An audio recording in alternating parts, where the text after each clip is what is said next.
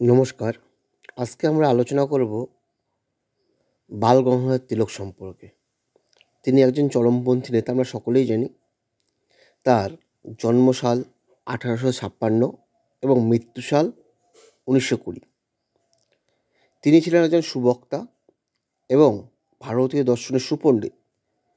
পুনায় চিত্পাবন ব্রাহ্মণ বংশের সন্তান এবং তিনি ছিলেন রাজনৈতিক দিক থেকে চরমপন্থী। তার পিতা ছিলেন গঙ্গাধর রামচন্দ্র তিলক, পেশায় একজন শিক্ষক। সংস্কৃত সাহিত্যে তার পাণ্ডিত্য ছিল অসাধারণ। ছোটবেলা থেকেই তার পিতার কাছে সংস্কৃতের পাঠ গ্রহণ করেন। সে সময় থেকে মহারাষ্ট্রের প্রাচীন ইতিহাস ও সিপাহী বিদ্রোহের ঘটনাবলী সম্পর্কে তার প্রবল আগ্রহ জন্ম দিয়েছিল।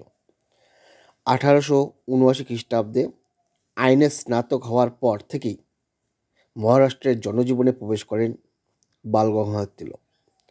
1880 খ্রিস্টাব্দে তিনি পুনা নিউ ইংলিশ স্কুল ও 1884 খ্রিস্টাব্দে ডেকান এডুকেশন সোসাইটি এবং 1885 খ্রিস্টাব্দে ফার্গুসন কলেজ প্রতিষ্ঠা করেছিলেন।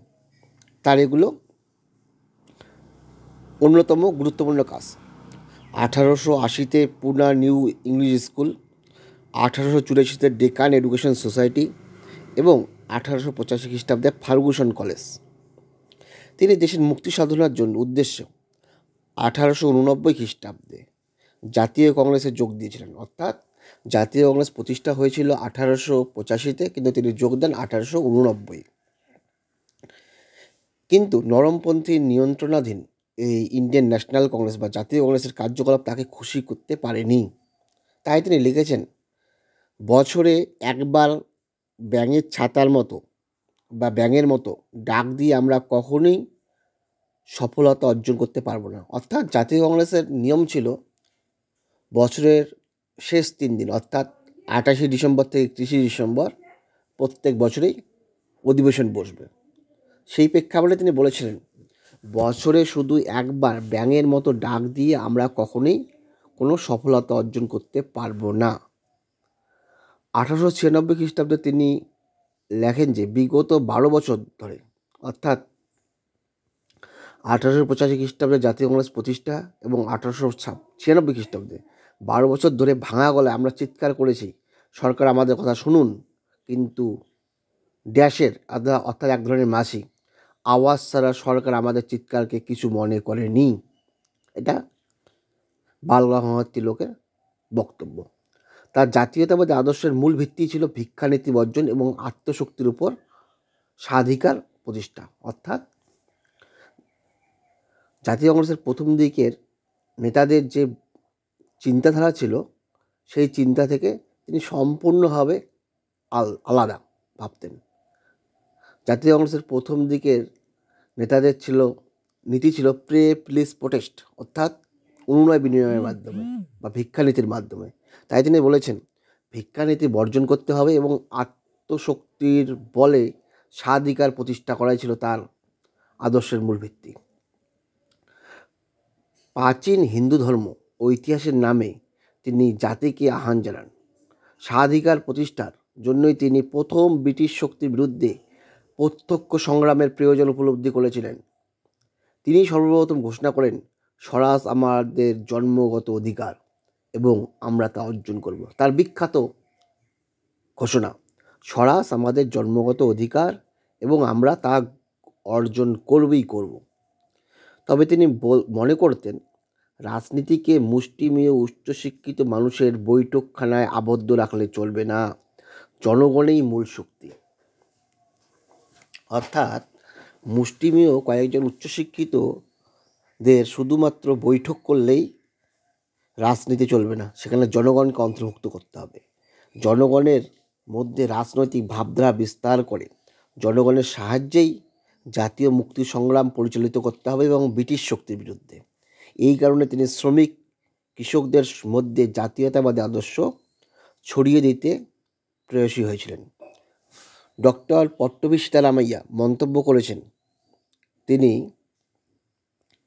মহারাষ্ট্রের দুজন এই রাজনৈতিক ব্যক্তিত্ব গোখলে এবং তিলকের মধ্যে যে তুলনা টেনেছেন, তাতে তিনি বলেছেন, পট্টভী সীতারামাইয়া, যে ক্ষেত্রে গোখলের স্থান আইনসভায়, সেক্ষেত্রে তিলক প্রতি গ্রামের মণ্ডপে স্থান পায়। অর্থাৎ গোখলের তুলনায় তিলকের গ্রহণযোগ্যতা অনেক বেশি, পট্টভী সীতারামাইয়ার বক্তব্য। চরমপন্থী ভাবধারা বিস্তারের উদ্দেশ্যে তিলক মারাঠি ভাষায় কেশরী 1894 খ্রিস্টাব্দে এবং ইংরেজি ভাষায় মারহাট্টা 1895 খ্রিস্টাব্দে দুটি পত্রিকা প্রকাশ করেছিলেন। তার মূল উদ্দেশ্য ছিল চরমপন্থী ভাবধারা প্রকাশ করা। এই পত্রিকা দুটি মারফত তিনি দেশবাসীর সামনে ইংরেজদের শোষণের স্বরূপ তুলে ধরেন এবং জাতিকে বিদেশিদের হস্তে বিপন্ন হিন্দু ধর্মকে রক্ষা ও পতনমুখী হিন্দু সংস্কৃতির পুনর্জীবনের আহ্বান জানান এই দুটো পত্রিকার মাধ্যমে। এইভাবে তিনি মহারাষ্ট্রের বিভিন্ন স্তরে মানুষের মধ্যে জাতীয়তাবাদী ভাবধারা ছড়িয়ে দিয়েছিলেন তিলক। ধর্ম ও ইতিহাসের নামে জাতিকে ঐক্যবদ্ধ করার উদ্দেশ্যে তিনি মহারাষ্ট্রে গণপতি উৎসব 1893 খ্রিস্টাব্দে এবং শিবাজী উৎসব 1895 খ্রিস্টাব্দে প্রবর্তন করেন। এই দুটো উৎসবের মূল উদ্দেশ্য ছিল ধর্ম ও ইতিহাসের নামে জাতিকে ঐক্যবদ্ধ করার উদ্দেশ্য। মহারাষ্ট্রের চরমপন্থী ভাবধারা বিস্তারে এই দুটি উৎসব অবশ্যই খুবই গুরুত্বপূর্ণ, আমরা সকলেই জানি। এছাড়া গণেশ ও গণপতি মহারাষ্ট্রের প্রাচীন দেবতা। গণেশ পূজা একটি প্রাচীন পারিবারিক অনুষ্ঠান। তিলকের উদ্যোগে এই প্রাচীন পারিবারিক উৎসব একটি সার্বজনীন উৎসবে পরিণত হয়েছিল মহারাষ্ট্রে। এই উৎসব উপলক্ষে স্বদেশী সভা সমিতি, বক্তৃতা, শোভাযাত্রা, মেলা এবং সঙ্গীতানুষ্ঠানের আয়োজন করে তিনি মহারাষ্ট্রের সর্বস্তরের লোককে জাতীয়তাবাদী ভাবধারা বিস্তারে তা ঐক্যবদ্ধ করেন।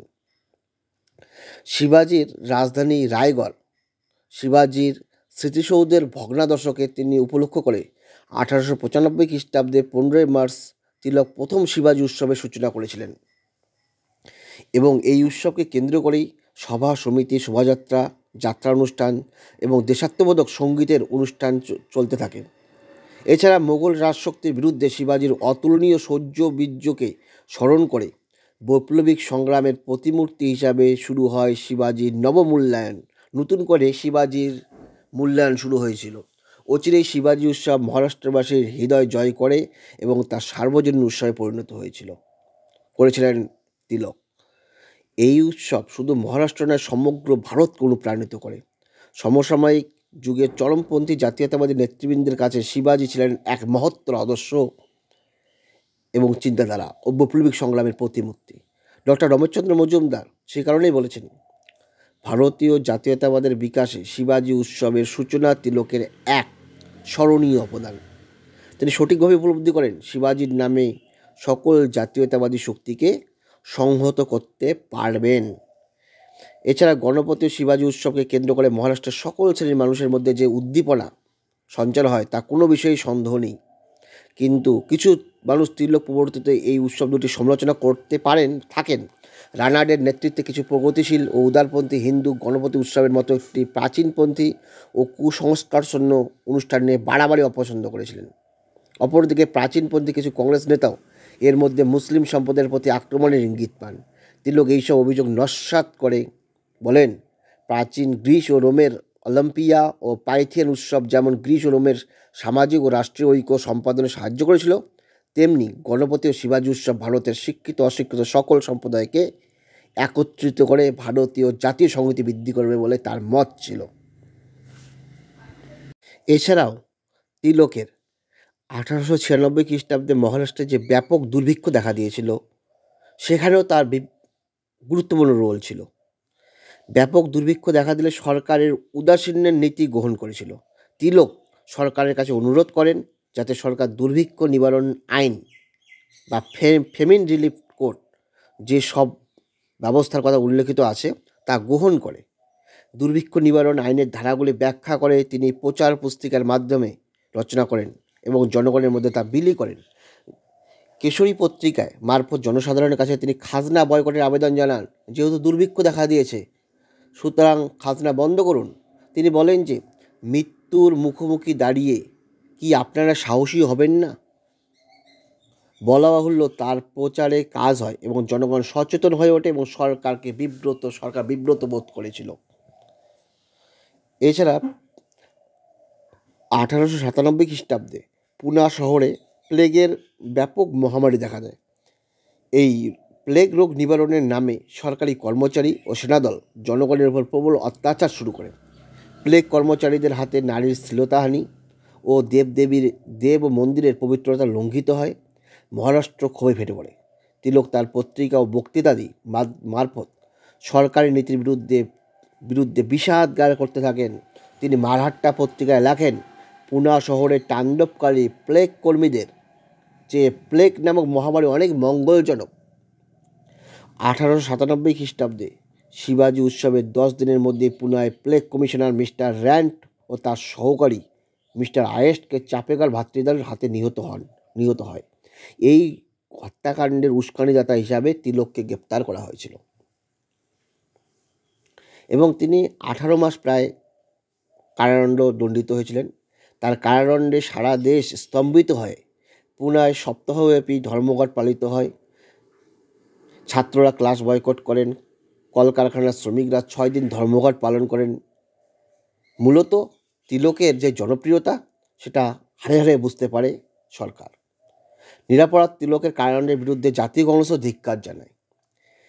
এরপর বঙ্গভঙ্গ আন্দোলনের সময় 1905 খ্রিস্টাব্দে তিলক তাতে যোগদান করেন এবং বিভিন্ন জনসভা ও কেশরী ও মারহাট্টা পত্রিকার মাধ্যমে মহারাষ্ট্রের সর্বত্র স্বদেশী বার্তা ছড়িয়ে দেন। সমাজের নিম্নস্তরের মানুষ ও শ্রমিক ও কৃষকদের মধ্যে এই আদর্শ সম্প্রচারিত হয়।